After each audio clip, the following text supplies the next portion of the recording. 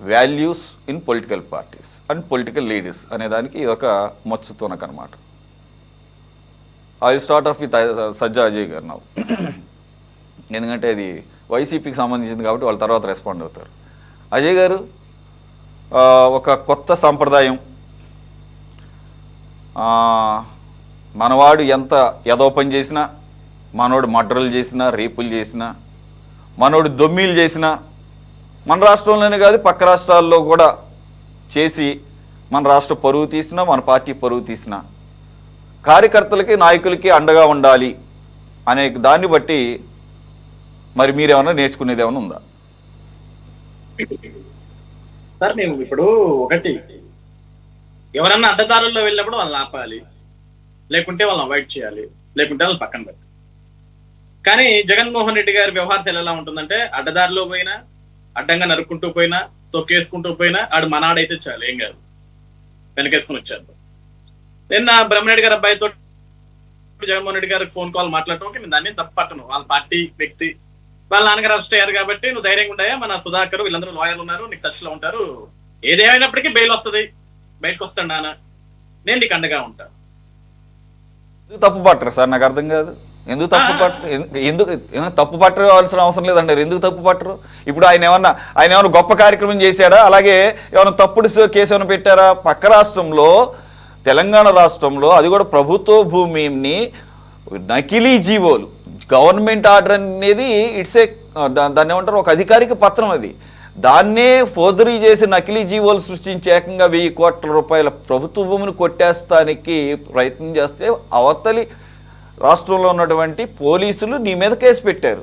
Case పెడితే సమర్థిస్తే తప్పే, ఖచ్చితంగా తప్పే కదా సార్. అది అనేది సురేష్ గారు, ఇక్కడ జగన్మోహన్ రెడ్డి గారికి అవన్నీ చిన్న చిన్న విషయాలండి, పెద్ద విషయాలు ఆయన దృష్టిలో. అనేది ఇప్పుడు ఏంటంటే జగన్మోహన్ రెడ్డి గారికి అవన్నీ ఏంటి, ఆఫ్టర్ ఆల్ 1000 కోట్లు అంతే కదా, చిన్న ఫిగర్ ఆయన దృష్టిలో. ఇప్పుడు ఇక్కడ ఏమవుతుంది, ఈ రోజు వైసీపీ పార్టీలో ఉన్న వాళ్ళందరూ కూడా ఏమనుకుంటారంటే, చంద్రబాబు నాయుడు గారు, రేవంత్ రెడ్డి గారు బాగుంటారు కాబట్టి కావాల్సుకొని కుట్రపడి తెలంగాణలో కేసు పెట్టించాడు అంటే మాకు ఎటువంటి సంబంధం ఉండదు కదా.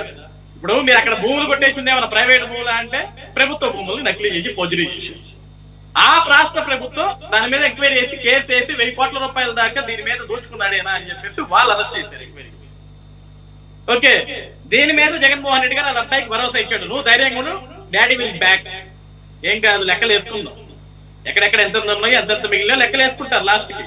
జగన్మోహన్ రెడ్డి గారికి ఏంటంటే సార్, మొదటి నుంచి కూడా ఒకటి, గాంజా అమ్ముతో పోలీసులను కొట్టినా లేకుంటే రోడ్డు మీద తిరగినా వాళ్ళని పరామర్శించడానికి వెళ్తాడు ఆయన, వాళ్ళకి అండగా నిల్చుంటాడు. డ్రైవర్ సుబ్రహ్మణ్యం సొంత డ్రైవర్ని చంపేస్తే, ఆయన అనంతబాబు గారు చంపేస్తే, ఏం కాదు అయితే అయిపోయింది, మన పార్టీ మన ఎమ్మెల్సీ నా పక్కన ఉండు, ఐఎమ్ విత్ యూ. అలా పార్టీలు ఏంటంటే ఎటువంటి సంఘటనలు జరిగిన ఏమీ లేవు. జగన్మోహన్ రెడ్డి గారికి పెద్ద ఏమీ నొప్పి ఉండదు అక్కడ, ఎందుకంటే మన పార్టీలో ఆ క్రెడిబిలిటీ ఉండాలనుకుంటాడు వైసీపీలో. ఎందుకంటే ఆ క్వాలిటీస్ ఉంటేనే అతను వైసీపీ పార్టీలో చాలా హై పొజిషన్ లో ఉంటాడు, ఆ క్వాలిటీస్ లేకపోతే ఉండలేడు. కాబట్టి అటువంటి క్వాలిటీస్ ఉన్న వాళ్ళ వరకే వైసీపీ పార్టీకి అంకితం అవ్వగలరు, వాళ్ళతోటి ట్రావెల్ చేయగలరు, నడవగలరు. పాప కొన్ని రోజులు విజయసాయి రెడ్డి గారికి చాలా కాలంగా ట్రావెల్ చేశాడు, కానీ లాస్ట్ మూమెంట్ లో మరి ఎందుకు బ్రేక్ అయ్యాడు ఆయన.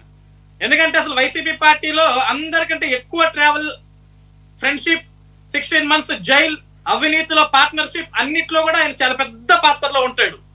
కానీ చివరికి ఆయన కట్ చేస్తే జగన్ చాలా డిఫరెంట్, అన్నిట్లో కుంభకోణాలు చేసేసాడు, నా మాట ఏమనట్లేదు, తను ఎవరో కొత్త వ్యక్తి మాట వింటున్నాడు అని చెప్పేసి అతను బయటకు వెళ్ళిపోయాడు.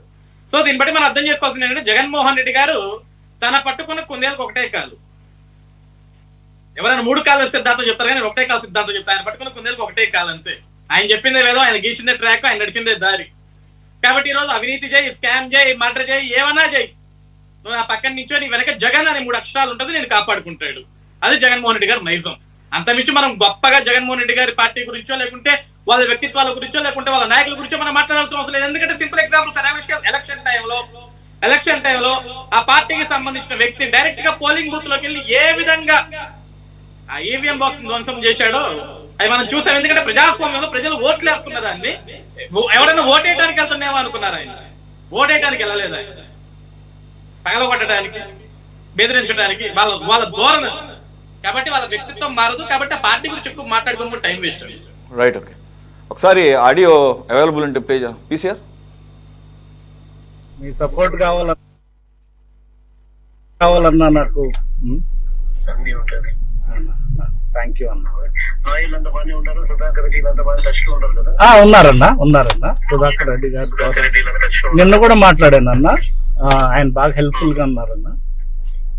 ఉన్నారు కదా. ఉన్నారన్న. రామకృష్ణ రెడ్డి గుర్తు ఉన్నారు కదా. ఎవరన్నా? రామకృష్ణ రెడ్డి ఎస్ఆర్కే గారు కూడా ఉన్నారు, మన గోపిరెడ్డి గారు అందరూ. నిన్నైతే పిఆర్కే గారు కూడా వచ్చారు, అక్కడికి వచ్చారు కోర్టు దగ్గరికి. ఇద్దరు చాలాసేపు ఉన్నారన్న. మాకు అది మన వినుకొండ నుంచి కూడా ఒక 500 మంది వచ్చారన్న. వినుకొండ ఇక్కడ హైదరాబాద్ పాపం చాలా ఇబ్బంది, ఒక దగ్గరని కాకుండా తిప్పారన్న. పాపం మన వాళ్ళు అటు ఇటు తిరిగి చాలా ఇబ్బంది పడ్డారు ఎండలో. అదే అనిపించింది, అరే ఇంత బాధ పెట్టారే రాజకీయంగా మనల్ని టార్గెట్ చేసి అనిపించింది అన్న.